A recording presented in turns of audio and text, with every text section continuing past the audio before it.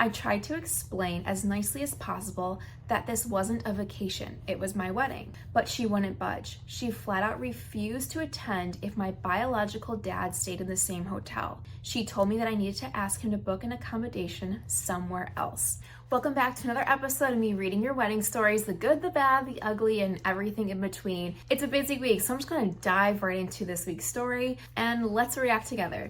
All right, it says, back in August of 2017, my now ex-fiance and I got engaged at a beautiful resort in Spain. On the very same day, my parents, my mom and stepdad, who I call dad, surprised us with their vow renewal. It was such an emotional day. I cried far more than anyone should in a 24-hour period, but everything was perfect. That said, I think my fiance was a little annoyed that my parents hadn't mentioned their surprise to him, as he would have picked a different day to propose. You know, without reading everything else, I would say I kind of agree with that, because those are two really big events, and the vow renewal could kind of take away from the proposal and vice versa. So I would kind of wonder if he had talked to the parents and then they were like, oh, let's add on the vow renewal, or if the vow renewal was already planned and he wanted to add this on. There's a lot going on, and I could see where you'd be like, wait a second, why are we doing both these things in the same day? When we returned to the UK, we sat down together and started discussing wedding plans. We thought a wedding abroad would be perfect, so we began researching venues. Since my parents are well-traveled, we decided to ask for their opinion on a few locations to get their input. We looked into hotels that were big enough and affordable for everyone, choosing destinations with reasonable flight costs. As we were discussing logistics, I made a small joke about needing to consider my biological dad, since he would obviously be invited. Even though my stepdad was going to walk me down the aisle, my biological dad was still my dad and he deserved to be there. That's when my mom's entire mood shifted.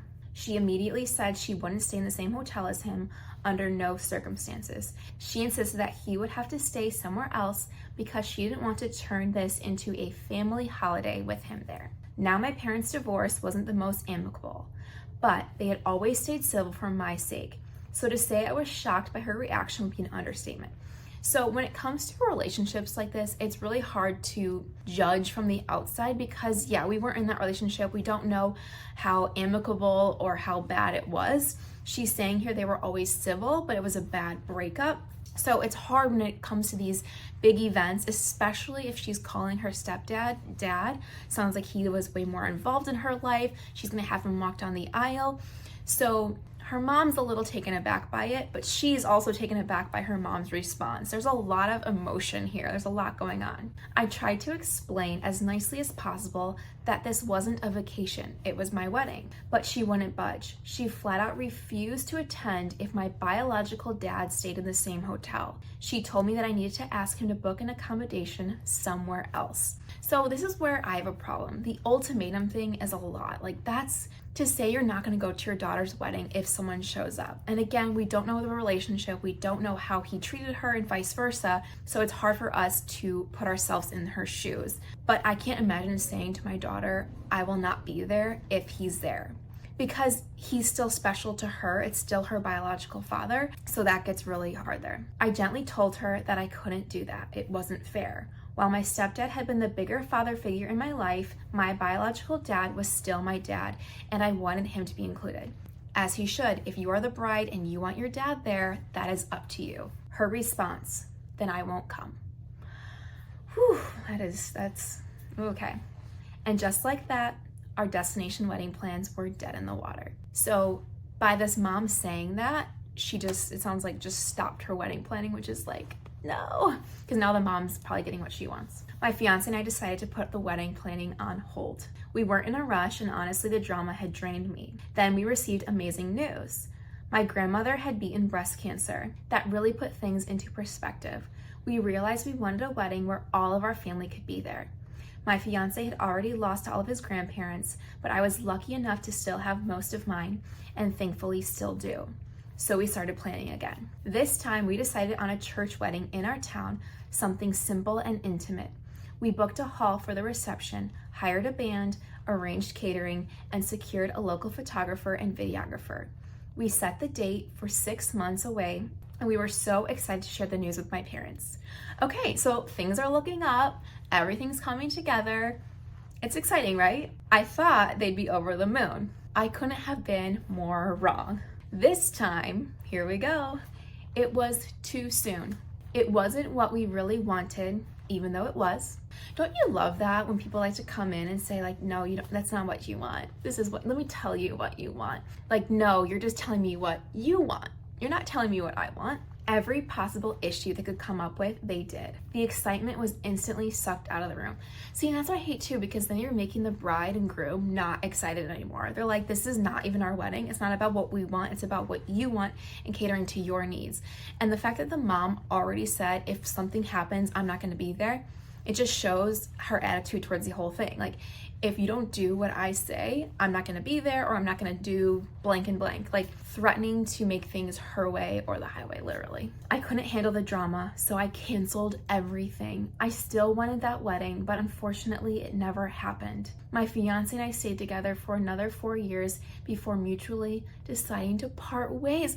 Okay, this is not how, I mean, I know in the beginning she said my ex-fiance. I didn't think it was because of all of this. I mean, maybe there's other stuff that happened behind the scenes, but it sounds like because of so many people intruding on their wedding and their plans, that they just didn't want to deal with the drama. And that makes me so sad, because it's like these people ultimately got what they wanted because they're like trying to control everything. I don't know, it's like if you really want to get married, you need to just block out the other voices. Maybe it was meant to happen this way, where, you know what, these were the signs that they weren't meant to be, but you cannot let someone dictate how your wedding is gonna go. And maybe she was threatening, you know, like to not pay for something so they didn't think they could afford it, or maybe she was threatening to not show up still. But we need to remember, it is about you and your fiance. I always say, like, block out all the white noise, talk to your fiance first, and get on the same page together. So that way when you go to present your plan or tell other people your plan, that it's not like you guys are still wavering. At that point, you know what you're doing. You're saying, this is what we want, this is our idea, this is how we're gonna do it, and go for it. Because if you're kind of like, I think we want to do this, or you involve them too early, they're gonna think they're part of the wedding planning. And this is what I see happen so many times in these stories and beyond. So that's kind of, I feel like, the lesson here. My parents are amazing, laid back people, believe it or not, but my word, do they have opinions on my life. I hate to break it to you, I would not call that laid back. I would not call that laid back. They might be laid back about other things, but someone that thinks they have responsibility or a right to control your wedding is not a laid back person. They are thinking that this is their wedding, this is their special day. So I'm assuming when she says my parents, she's talking about her mom and stepdad. So they already were trying to control, you know, what was going to happen at this wedding abroad. And then they came in saying like, we're going to do things a little bit different. You guys are moving too fast now. You're not doing the wedding you want. Like, come on. So that's terrible.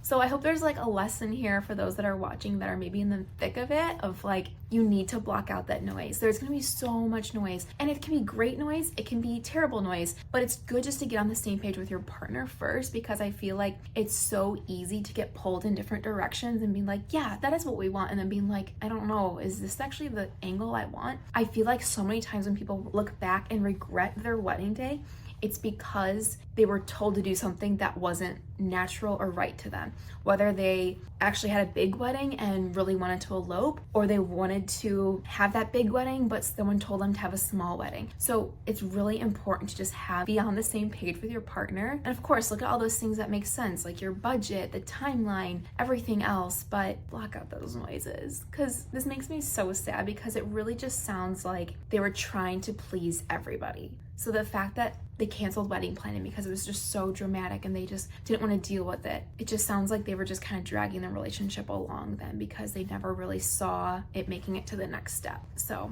I don't know, tell me guys what you guys think below, but that was a really sad one for me to read.